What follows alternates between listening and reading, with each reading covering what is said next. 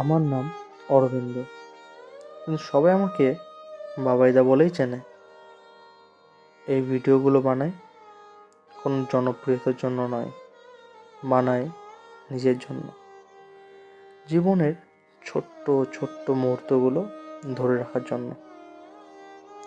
নতুন বছরে আমি শিখতে চাই ছোট্ট জিনিসের মাঝে আনন্দ খুঁজে নিতে।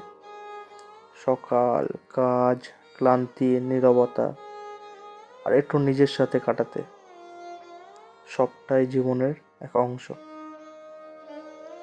এই ভিডিওগুলো আমার জীবনের এক অ্যালবাম, যেন বছর শেষ ফিরে তাকিয়ে বলতে পারি আমি বেড়েছি, আমি শিখেছি।